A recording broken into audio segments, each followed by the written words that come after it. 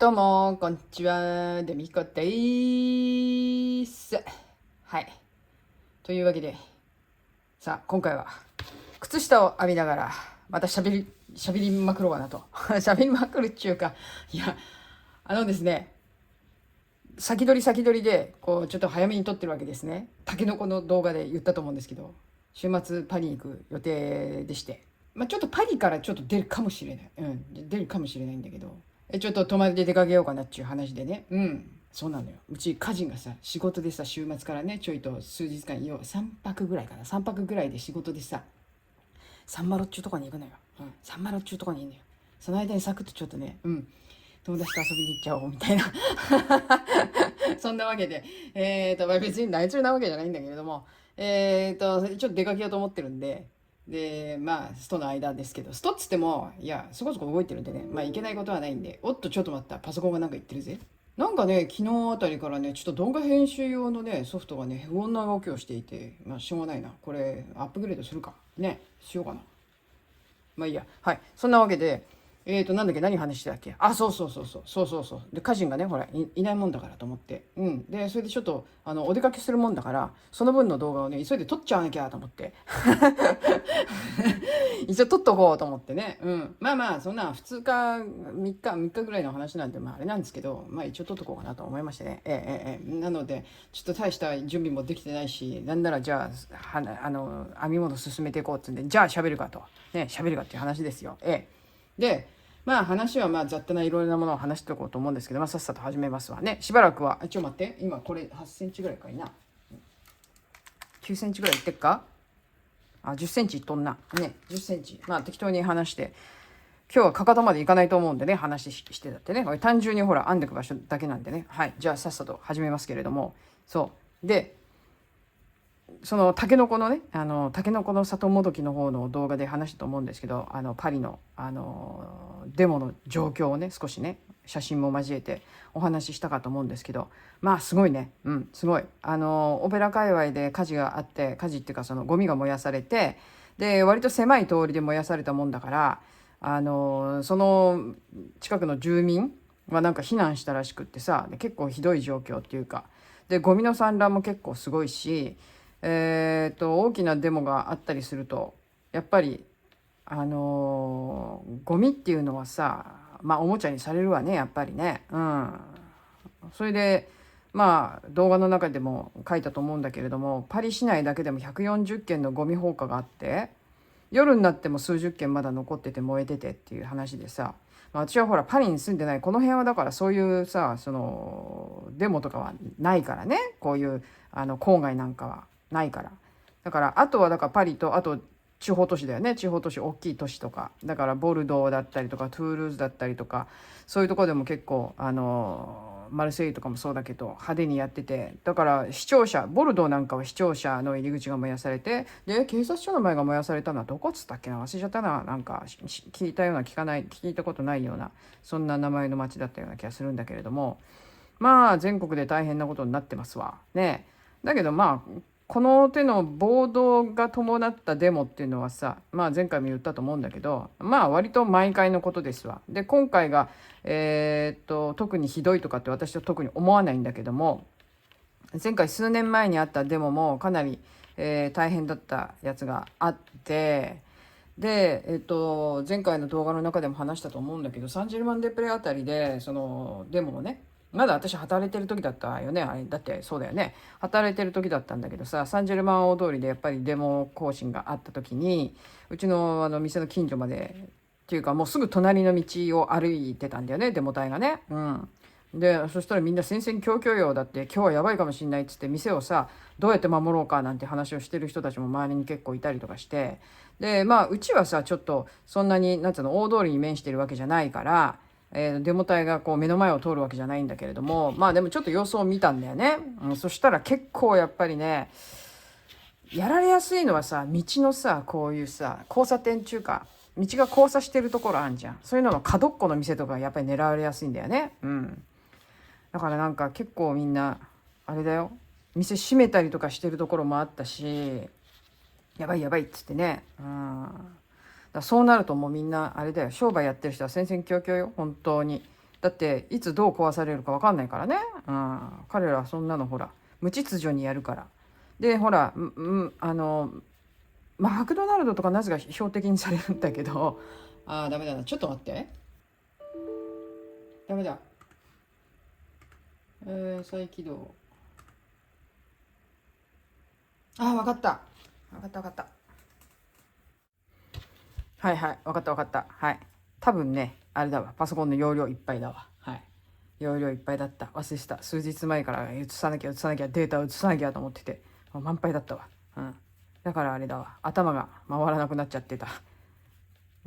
まあいいや、それはどうでもいいとして、はい。だからそのなんだ、デモがあった時の話だよね。そうそうそうそう。であの時もさまたひどくってさ、もうさ、なんだろう、その持ち主がどう思うかなんていうのは関係なくてさ、そこら辺にある例えば車とかバイクとか、あとはさ、今パリってパリだけじゃなくて地方都市もそう、うちの町もそうだけど、その貸し自転車っていうのかな、こう街中にこう自転車がガッガッガッガッってこう止めてあって、でそれをなんだ登録してるといつでも30分無料かな、30分無料で乗れるよっていうのがあってね。でそれなんかはもうだから町が管理してるから、町っていうかその自治体が管理してるからね、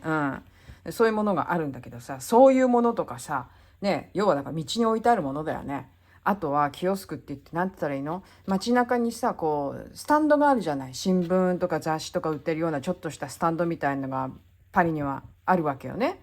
そういうところが被害にあったりとかっていうのはほら孤立してるじゃない、道の歩道の真ん中とかでさ、そういうのが標的になったりとかさ、もうめちゃくちゃそういうのやられるんだよね。あとは広告用のなんか立ってるものとかバス停とかさ、あとそれ以外だとなんだろうな、そうだな、あとはなんだろう、駅の入り口だから建物の入り口とかね、公共機関の入り口ガラス窓割られたりとかさ、そういうのがもうひどいわけよ。で言ったと思うけど、そういうカッシャーっていうその壊し屋ね、壊し屋たちがさ来てさ、でそういう人たちがバリバリに壊していくわけだけど、で火炎瓶とかもねもちろん、毎回のように火炎瓶が投げられるんだけれども、で今回もなんか動画とか見てたらさ、警察の人のさこう投げた投棄物がね、警察官のなんかヘルメットしてたけどさ、頭に当たってね、その人が倒れちゃって、だからその人どうも女性警官だったらしいんだけれども、当たっちゃって、で今出てるのは警察っつったって治安維持隊で、日本みたいのと違ってね、こっちはね警察の団体が3つぐらいあって、ジャンダームメリーっていうのが軍の警察隊みたいな、治安維持部隊みたいなやつかな、そうだね、治安維持部隊って言ったらいいのかな、軍なんだよ。で軍の治安維持部隊っていうのがあって、でその人たちが街に出て一生懸命やってるのね、やってるんだけども、今回のデモにはもちろん公務員のデモなので、火事が起こっている中、ね、放火が起こっている中、消防士も、デモに参加したりとかしてて、で普通の警察官ね、普通のいわゆる警察官ポリスね、そういう人たちもなんか加わってたみたいで、だからもう普通にそういう人たちがデモするんだよね。つまりだからでも参加しながらそういう人たちを取り締まるわけないよねって話なんだけど、でもだからってその人たちが放火するとかそういうのはありえないんでね、そういうことはもちろんしないと思うけど、そんなことしてたらだってね、あれだわ、懲戒だわ言ったら、だからさすがにそれはないと思うけど、でもこっちは本当にね、マニフェスタションってデモのことマニフェスタションって言うんだけど、するのはほらみんなしたい人はするからさね。で医療系のやつだったりとかするとね、お医者さんもね、デモしたり、デモじゃないや、ストしたりするからね、お医者さんストされると困るよね病院てんやわんやになっちゃうからさ。でもなんか静かなるなんていうの、マニフェスタションだから、働きながらそのデモ中みたいなこともあったりするのよ、お医者さんだと。だから働いててさ、自分らさこうお医者さんの格好してるじゃない、その背中にただいま静かなるデモ中ですみたいな感じで、その政策が変わる時とかなんだらかんだらの時とか、あとは賃金交渉かなんか知らないけれどもね、そういう形でお医者さん仕事は止めないけど、あれどこだ、仕事は止めないけどデモしてますみたいなさ、そういうのやってたりとかするんでね、それは良心的だと思うんだよ。仕事しながらだからね、やっぱりね、仕事はするけどでもっていうね、それはまあいいよね、そういうのはね、お医者さんだったらやっぱり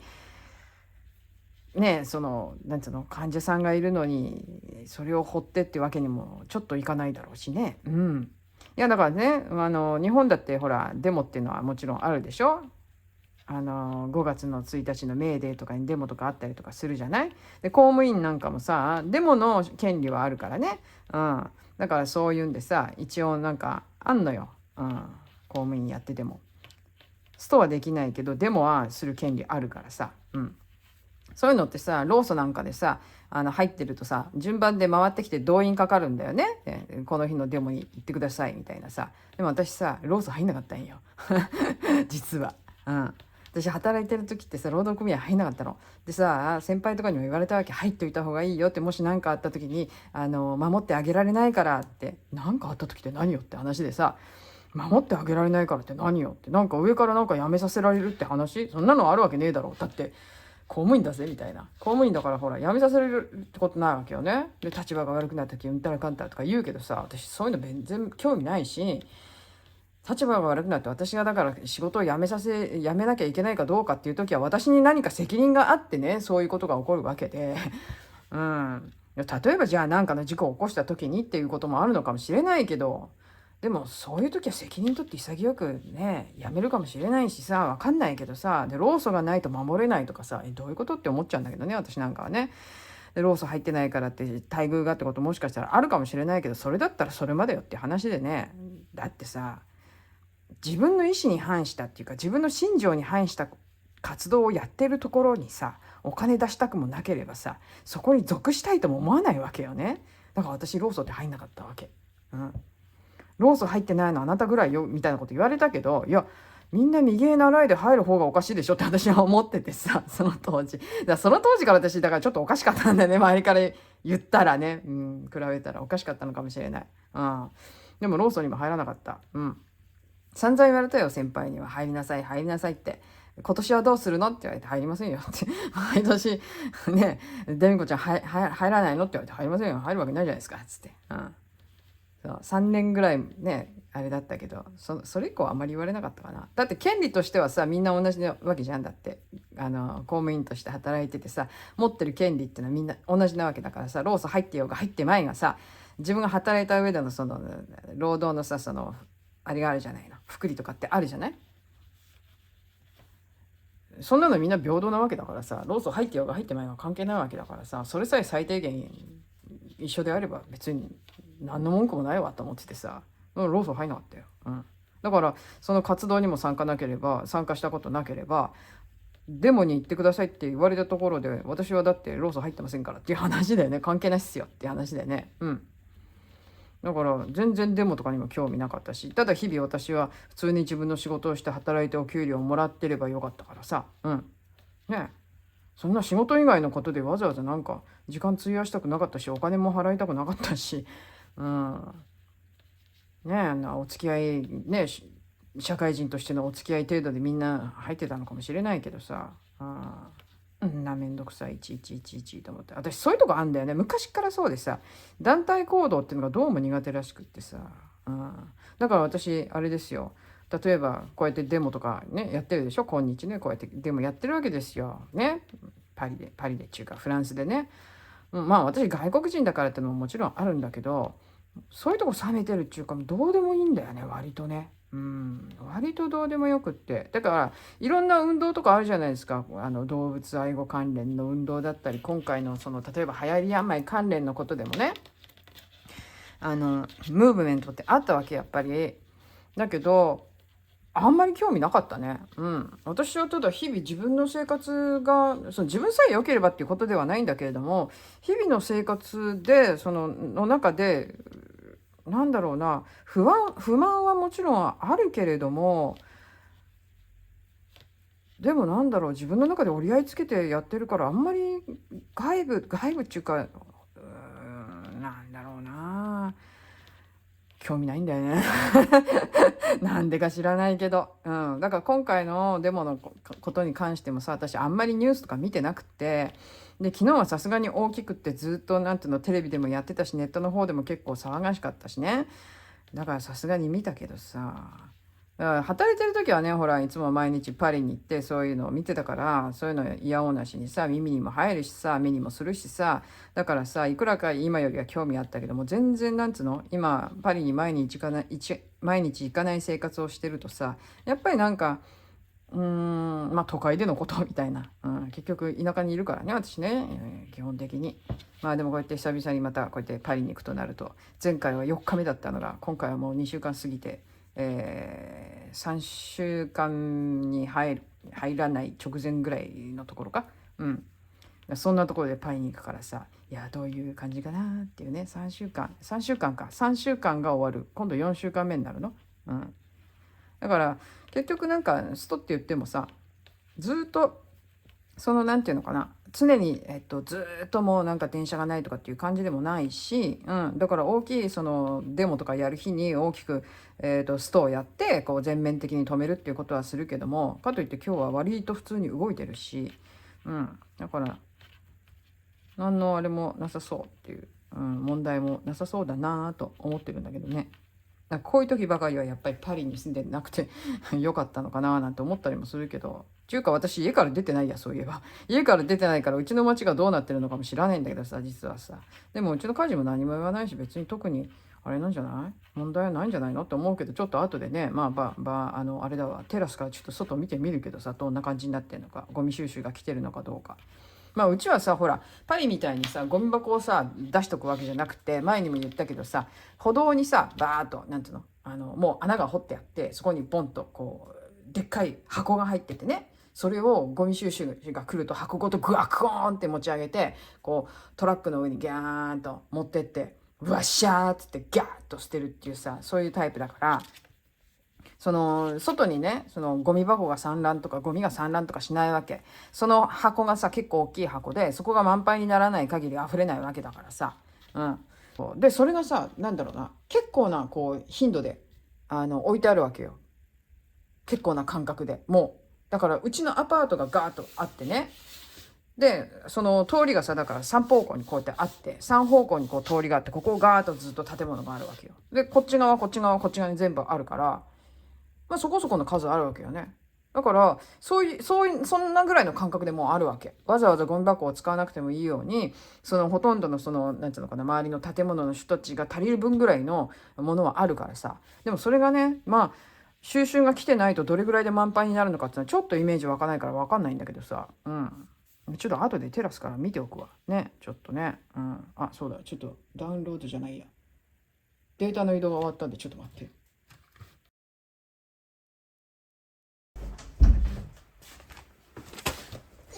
はい。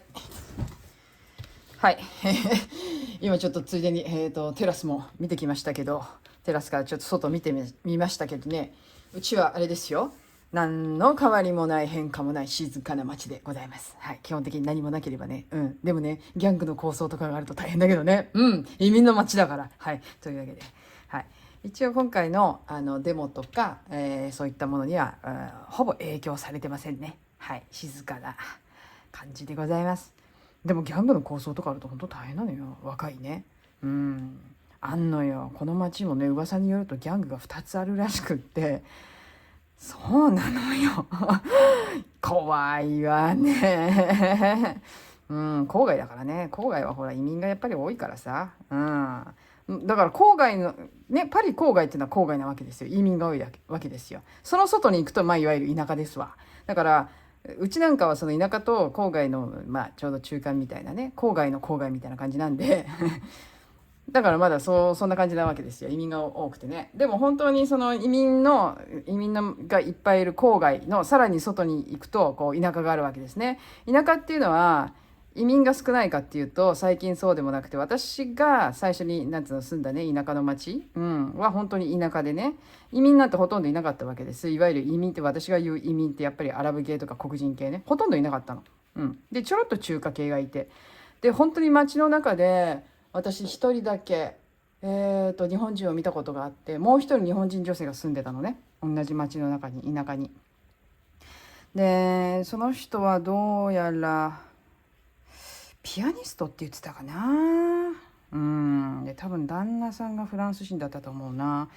でパリからさ帰ってくる時の電車とかで見かけたりとかしててさ、でそしたらさ、ある日さ、たまたまね、パリから帰ってくる時にさ、田舎に住んでた時だよ、隣にアジア人男性が座ってる、どう見ても日本人にしか見えないと私は思ったわけですよ。なんとなくわかるじゃない、違うじゃない。だってさね、東南アジアも違ければね、東アジアの人も違うなと、日本人は日本人ってやっぱりわかるわけよね。でそれでさ、へえと思って、日本人かなと思ってプッと見たわけよ。その人なんか本読んでたから、そしたら日本語だったからさ、日本の方ですかって声かけたわけよ。まあ私よりも全然年上の男性だったんだけど、まあ頃にしてそうね、ちょうど私も20年前だからね、その時ね、21年前かね。だから当時彼は今の私の年ぐらいですわ、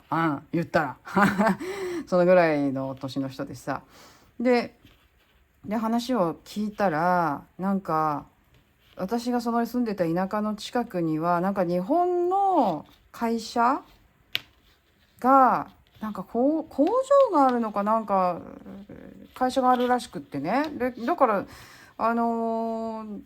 この私が住んでた町が終点の町だったからね。でそこから降りて車で行ったところにその会社があるらしくって、その辺はちょこちょこ日本人だからいますよなんつって言ってて、そうなんすかっつって、見たことないとかつって言ってて、みんな車生活だから、基本的にはね田舎だから。その人はたまたまパリに行く用事があったのか、その日はその駅まで車で来て、でそれで電車に乗って、でもねその人のことは何回か見たんだよね、電車でね。そうで日本人女性の方も街中でちょっと何回か見かけたりして、彼女と話したことあったかな、忘れちゃったな。で私その町でね結婚式っていうか結婚したんだよね。でこっちの結婚式ってさ、一般にいわゆるその教会で挙げる式っていうのは宗教式なわけで、でもそれ以外にもその公の結婚式っていうのをやんなきゃいけないわけ。それって何って話なんだけど、結局こっち結婚する時視聴者ね、日本でいうところの市役所かね、でその公的な結婚式っていうのをやらなきゃいけないの。これはもう絶対なのね、強制なのよ。でやらなきゃいけなくって、だからうちはそういった宗教的なものだったりとか、その友達呼んでパーティーみたいなそういう結婚式はしなかったんだけど、でもその強制的にやらなければいけない、強制的っていうのもなんだか変だけどさ、儀式的にその公的な機関でやらなきゃいけないっていう、その視聴者での結婚式ってのは一応やったわけです。もちろんね、そんなのだからみんな基本的にはそういうパーッとその教会で式挙げる人とかもそういうとこでそのサイン式っていうのはいわゆるねサイン式、公的にその結婚のその書類にこう2人でサインするっていう式なわけよね。だからそこで、だから日本でいうとこのその婚姻届みたいのをこう書くみたいな、そこにサインするみたいな感じ言ったら、日本はほら別にそんなことしなくたって婚姻届さえ書いて市役所出せば OK じゃん。だからその婚姻届にサインをして市役所に出すっていう儀式をしなきゃいけないみたいなもんよ。それがいわゆる公的な結婚式でね。でそれをやった後にみんな教会式をやったりとかして、でパーティーやってって感じなんだけど、うちはもうそれしかやらなかったわけ。2人ともその結婚式とかに何のあれもなかったし、まあ男の人はないと思うよ基本的にあんまりね。でも私は本当にそういう式ってどうでもいい人だったから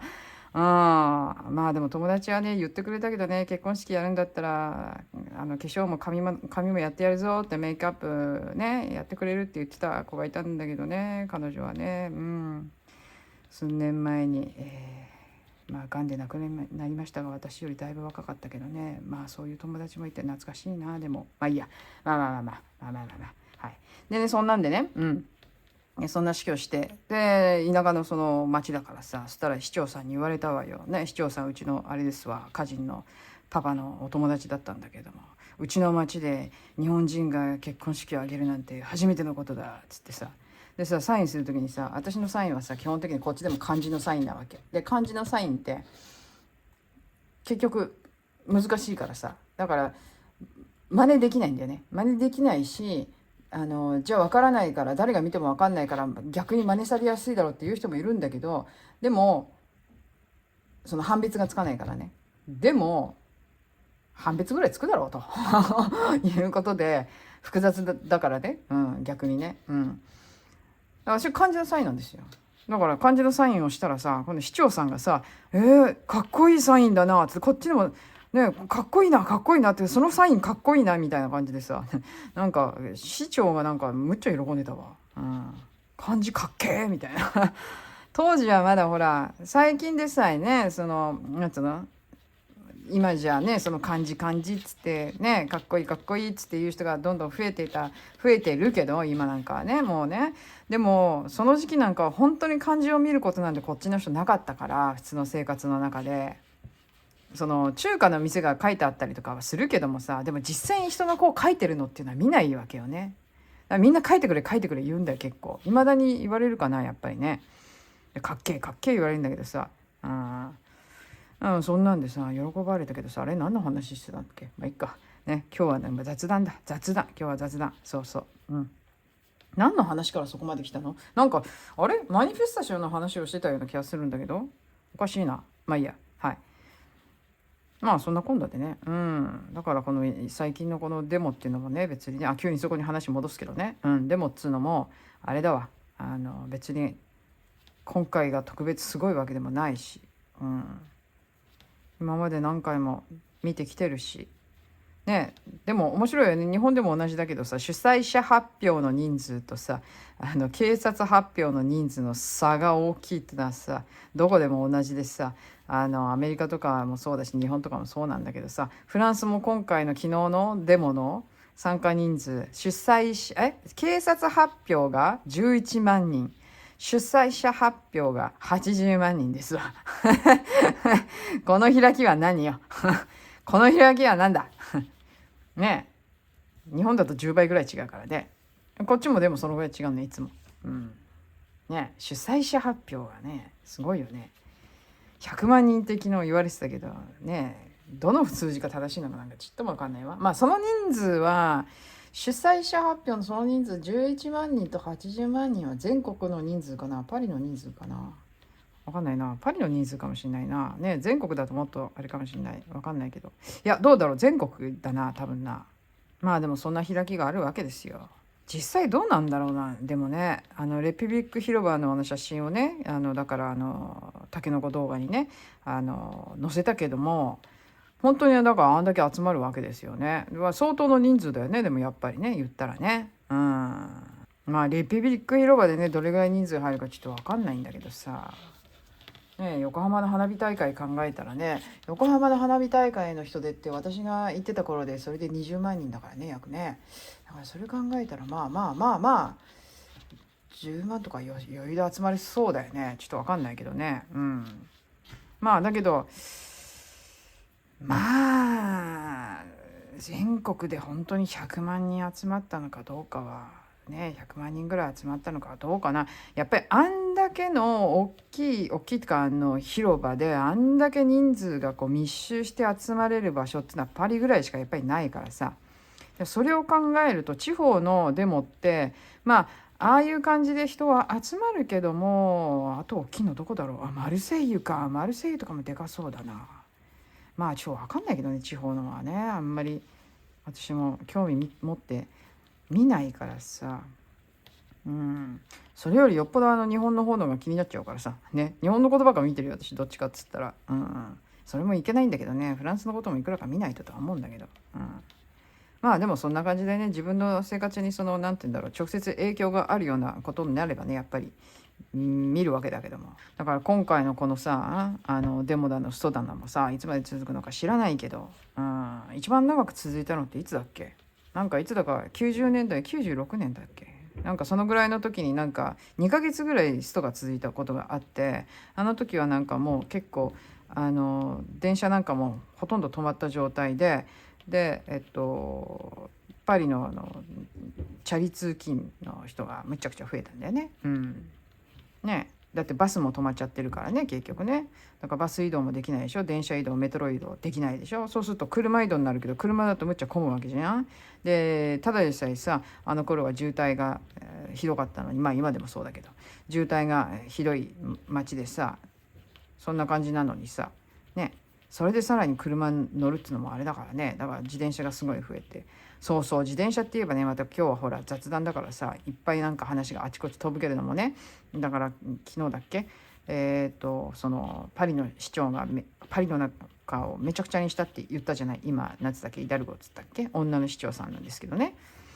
でその人がパリの中をめちゃくちゃにしたって私前回言ったと思うんですけれども、何をめちゃくちゃにしたかっていうとさ、まあ要はマッカチンの人だからさ、左巻きなわけですよ。で左巻きの人でさ、エコエコエコエコってさ、そんな話ばっかりでさね、脱炭素脱炭素脱炭素とかそんな感じなわけよ。そういう人でさ、車の台数を減らしたいわけ、パリの中の。でパリの中の車の台数を減らしたいもんだからさ、もう非常にその車に対しての規制っていうのを厳しくしたわけよね。例えば、街中の、パリの市内ですよ。パリの市内の走行スピード、走行速度、どこでも、どこでもよ、30キロ30キロですよ、時速。それで走れと、はっていう話で、みんながその話出た時に何言ってんだってことになったんだけども、強行にそれを通し、今はパリの中っていうのは30キロ走行しないといけなくて、それであとはそのパリの普通の道があるでしょ。今まで普通に2車線だったところわざわざ1車線にしたりとか、それで歩道を大きくしたりとかしてね。そうするとさ、バスが通る通りだったりとかすると、今まではバスが止まっていたのを抜かせたのに、バス止まってたら詰まっちゃうわけよ。みんな止まらなきゃいけないわけ。そういうことやってんのよ。なんかおかしくない？ちょっとそれって。それは車を減らすためだから、車乗ってる人を困らせて車に乗るのを減らせようね、減らそうっちゅう魂胆ですわ、言ったら。だから30キロ走行もそうだし、その2車線あったところを1車線にするっていうのもそうだし、あとは今までその車が駐車できていた、その路駐できた場所っていうのがいっぱいあったわけよ、パリは。有料にしろ無料にしろね、今はほとんどもう有料になってて、でその道に止めるのも有料だったんだけど、そこをほぼ撤廃したわけだから、道に駐車できなくなったの。いや、あるよ、いくらか残ってるよ。でもすんごい減らしたわけで、そこに何を置いたかっていうと、そのさっき言ったベリブっていうその自転車よ、自転車、貸し自転車、そのステーションを置いて、で車じゃなくって自転車乗りましょうとね。その自転車にしたのはだいぶ前だよ、だいぶ前なんだけど、その女性の市長がやったわけじゃないんだけれども、その市長がやったのはだから速度をね落とすのと、あと自転車がそうやって普及していくわけじゃない。やっぱりじゃあ自転車乗ろうかっつって自転車乗る人も増えてね、で車だと渋滞するからっていうんで、そういうのもあるじゃない。でそれはそれでいいんだけども、じゃあっていうんで、その自転車を乗る人が増えたからって言って、今まで3車線あったね、さっきと同じようだから3車線あった道路をわざわざ2車線にして自転車レーンを作ったわけよ。自転車が走るレーンを。しかもさ、無秩序なんだよね、作り方が呆れることに。どういうことかっていうと、例えばさ、こう道路があるじゃない。こうやって道路があってさ、でそこって一通、パリの市内はね一通が多いのよ、とにかく。で一通でこうやって車の流れってもう決まってていたわけよね。そうすると昔は自転車が走っても一通だったから、自転車も同じように車と同じ流れで走らなきゃいけなかったの。だけど今その一車線っていうか、その一方通行の道路に自転車レーンを作って、この自転車レーンは双方向 OK にしたわけよ。だから普通に歩道っていうか歩いて渡る人は、今まで例えば右から来る自動車っていうか右から来る車だけに注意してればよかったのを、その自転車レーンを渡る時には左からも注意しなきゃいけなくなったわけよ。むちゃくちゃむちゃくちゃ。それで事故が増えたわけで、そこで何が問題かっていうと、自転車だけならまだしも、そこに前回私が怪我しましたって言ったさ、トロチネットっていうキックボードよ。だから自動のキックボード、あれも走れることになってるわけよ、そこ。危なくてしょうがない。だからね、転倒事故っていうか、その接触事故っていうの、その歩行者との接触事故もすごい増えて、ばあちゃんとかぶつけられて転んで頭打って死んだなんて話がいくらでもあるわけよ。何がしたいんですかって話じゃない？なんかエコエコエコエコって言ってさ、ほんで危ない街にどんどん変えていくってどういうことみたいな。車減らすがためにさ、どんどん歩行者が危険になっていくっていう。車だって危ないよね。だって今までは一方通行でこっちからしか来ていなかった道が、ある日いきなりチャリンコだけ両方向になってるんだよ。例えばね、有名なね、ルーブル美術館があるじゃないですか。ルーブル美術館のある隣の道路、リボリ通りって有名な通りがあるわけですよ。そこはバス通りだからね、バスレーンもあって、でそれでなんだ、車ももちろん走っててって、でそこは普通にさ、こう道路がさ、車で3車線ぐらいあったのかな。だからそこ結局さ、そこにもさチャリンコレーンを作ってさ、一通なんですよ。車は一通なんだけど、自転車は双方向で走るからさ、両方で走るからさ、ほんと危ない。あそこなんかも本当に。で自転車っていうのはさ、自分たち一応車両だから信号に従わなきゃいけないのに、中には従わない人もいるわけよ。もうむっちゃくちゃぐっちゃぐちゃよ、パリの中道路は。本当にもう危なくてしょうがない。怖いよ。だから私は絶対パリの中は運転しないって誓ってるんだけどさ、まあ基本的にあんまり運転しないっていうか、全然運転しないんだけど、こっちではね、本当に。でも前運転していた時はもうパリのその周りに走ってるこのなんつうの、ペリフェリックって言って、日本でいうとこのなんつったらいいんだろう、環状線みたいのがあるわけ。パリのちょうど外を走ってる。だからそれの中には入らないようにしてた、自分で運転する時は。その外、ペリフェリックっていうその環状線までは運転するけど、パリ市内は絶対運転してくないっつって、パリ市内に入る時はもうあれですよ、旦那に運転してもらうって感じですよ。本当に。あとはだからバカンス行く時とかに私が運転するっつったら、もうパリ過ぎるまでは家人に運転してもらって、で南に下っていく高速に乗ったら私が運転とかね、そんな感じ。もう絶対嫌だと思って。昔でさえそうだったのに今もっとめちゃくちゃ。まあでもね、あれだけどね、ベトナムとかに比べたらあれなんだけどさ、ベトナムもすごいからね。いやね、ハノイとかすごかったよ。面白かった。橋の上からずっと見てて飽きなかったもんね。あそこまではなってないけどさ、でもすごいなって、事故も起こさずにみんな入り乱れてよく通るわと思ってね。アジアすごいと思って、アジアすごいっていうかベトナムすごいと思ったけど、いや面白かったよ、ハノイは。本当に。ハノイだけじゃないけどね。いや、何話してんだ。いいんだよね、今日は雑談だからいいんだよね。そう、今日は雑談。いやでもね、今ね、実はね、家人がね今帰ってきましたよ、仕事からね。帰ってきましたけれども、今日はなんかあれなはずだ。こんだけ早いってことは買い物をしてきてくれたはずだから、今日の夕飯は楽だわね。今日の夕飯は楽。ちょっとオーブンに入れて焼くだけのものを買ってきてくれてるはずなので、楽できる。いや、ここのとこさ、なんだスープが結構作っててね、スープ作ってて、で野菜をさ、うちの家人が買ってくるとさ、こっちってほら、数っていうか、その容量が大きいじゃない。大きいっていうか、なんだ、日本みたいにちまちま売ってないからさ、なんか野菜が悪くなる前にと思って片付けようと思うと、うち2人だからさ、なかなか減らないじゃない。そうするとやっぱりスープをガッと作っちゃって、でそれをちびちび食べながら、あと2人分ぐらいね、だから2人で1食分ぐらいをこう冷凍しといたりするわけよね。そんなこんなで、ここのところスープを作って、食べてたんだけどね、いろんなスープをね、味をチェンジしながら。そうスープ作ると楽だからさ、そのスープの話もさ、私さいろいろ懐かしい思い出があるんだけど、それはまた次の機会に話すということでね。だから今日は夕飯の準備をねほぼしなくていいっていうんでもあれだわ。昨日の、スープもまだ残ってるから、その残りを食べながら、今日はね、ただオーブンで焼くだけのものをご飯にしようかな。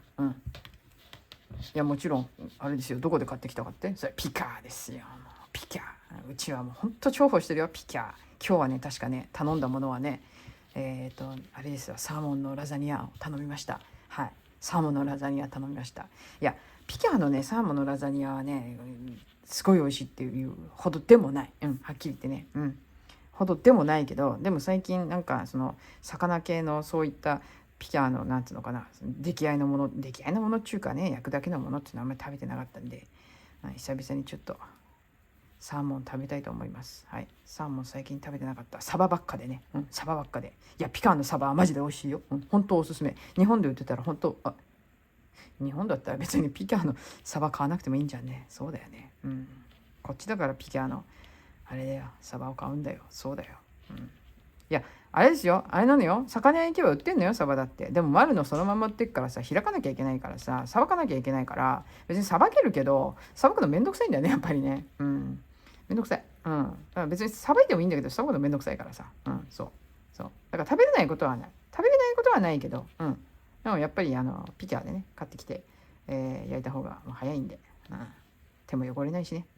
というわけでございます。じゃあ今日は、結構あんだじゃないかわかんないけど。喋りながらだから何だあんだかちっともわかんないけど、ちょっと10センチだったところから何センチ進んだかな。12センチだ。2センチぐらい進んでんじゃん。結構あんでんじゃないのね。12センチ。じゃあ、あと2センチぐらいあんだらかかと入るって感じだよね。今回何にしようかな、かかと。何がいいかな。久々にドイッチでもやってみようか。ね。ドイツ式。ちょっと忘れてるから思い出してドイツ式をやろうかな、今回は。ね。たまにやんないとね。いつもだって、私はほら、シャドーラップ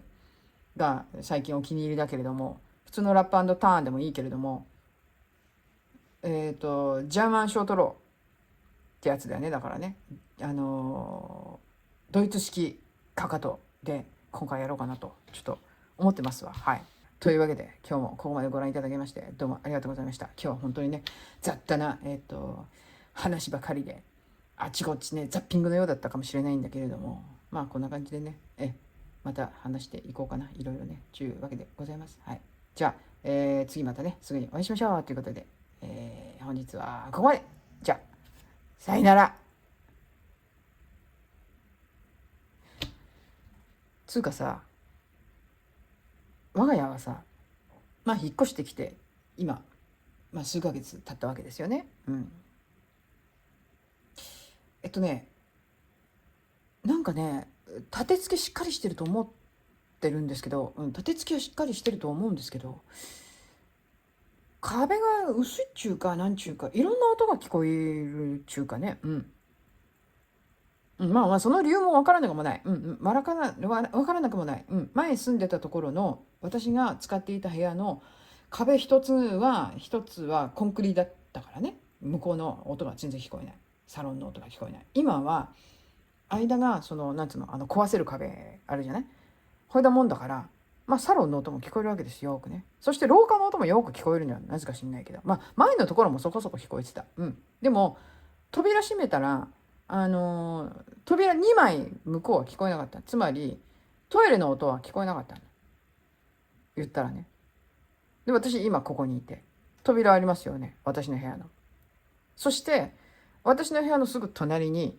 浴室があって、そこに一つトイレがあるわけです。そこは私が使ってるトイレで、もう一個個別のそのなんつうの、個室トイレがあるわけですよ。廊下の奥っていうか反対側にね。で、そこで家人が入ってると中の音がね、むっちゃ聞こえるんですよ、ここにいても。私はね、その音がね、入ってないかどうか、